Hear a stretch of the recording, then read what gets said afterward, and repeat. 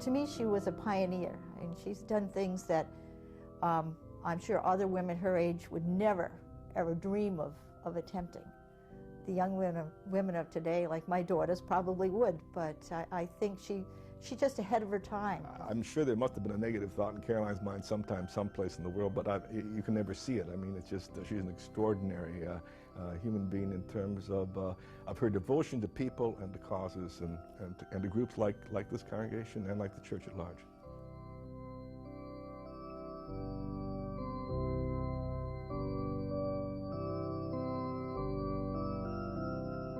I think it's important to remember what Luther said, that each of us, with our baptism, is given a vocation.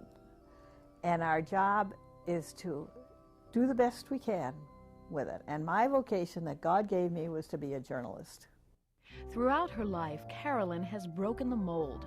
After graduating from the University of Wisconsin in the 1930s with a degree in journalism, Caroline took a job with the Janesville, Wisconsin Daily Gazette. At the end of 6 months, right after Christmas, my boss called me in and said, "Caroline, sit down." I said, "Oh, I feel too good to sit down." And he said, "Sit down." He said, "I have some bad news. We're going to have to fire you." One person from each department was to be let go. This was the Depression. The little paper wasn't making any money, and they had to let one person go from each department. I've often thought, what if I hadn't been fired there? I could have been a great success in Janesville, Wisconsin, spent my whole life there, and never have learned to fly, never have gone east, never have met all these exciting people. It would have been quite a different life. So I think sometimes God fires us from one thing so we can be ready for another. Like many who are faced with adversity, Caroline was able to turn failure into success.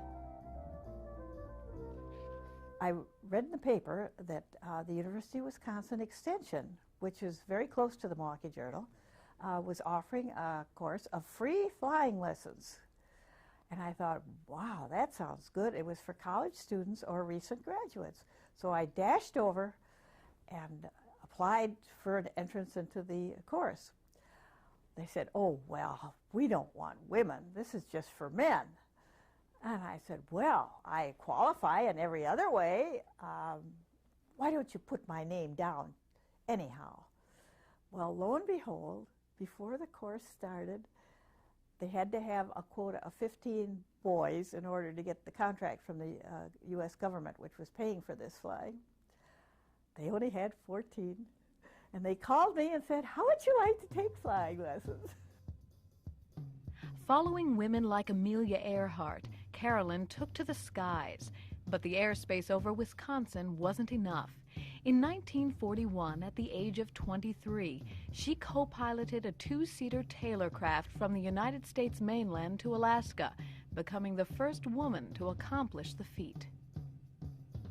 We were scooting along looking for a emergency airfield that we'd heard about because our gas was running low, and couldn't find it anywhere. We knew we were right on top of it somewhere. Looked and looked, and finally we saw a farmer out in his field and next to a road, and so Jean said, "I'll tell you what, I'll fly low and cut the engine so you can ask him, where is the airport?" So I leaned out my window, or out my door, and he cut the engine, and I shouted, "Where's the airport?" And this farmer pointed up on top of the next mountain.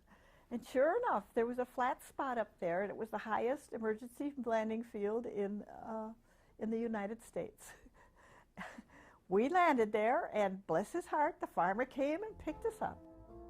Caroline's groundbreaking trip to Alaska drew considerable attention.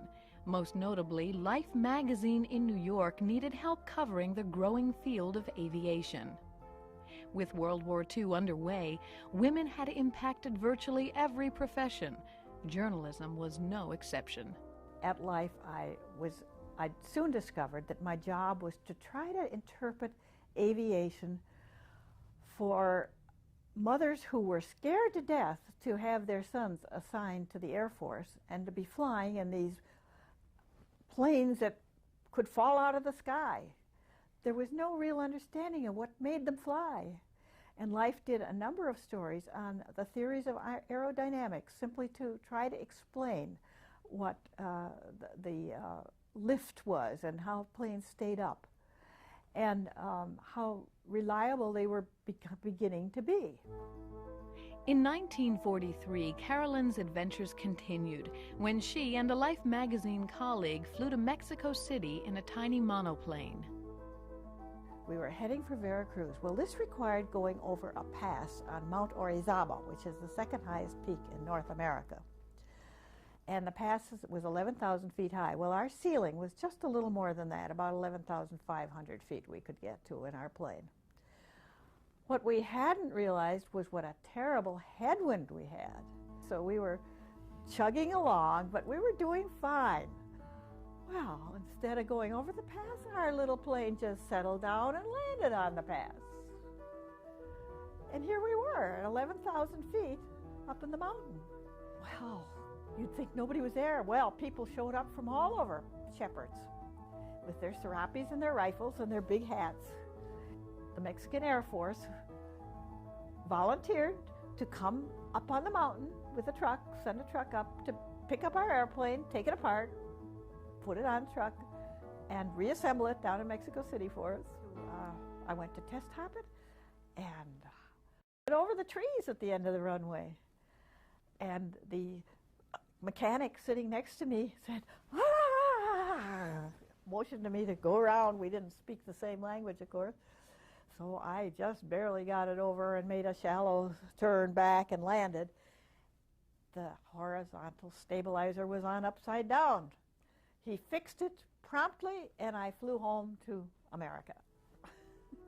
Despite a successful career at Life, Caroline again lost her job in order to make room for returning GIs at the end of the war. Landing on her feet, she took a high-profile job at Shell Oil Company, assuming the identity of Carol Lane, the women's travel director. Shell Oil Company was eager to reach out to the new women drivers.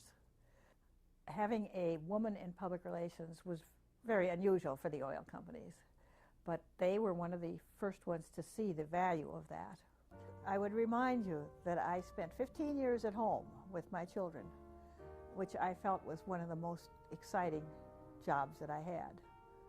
And they seemed to think that it was a good time too.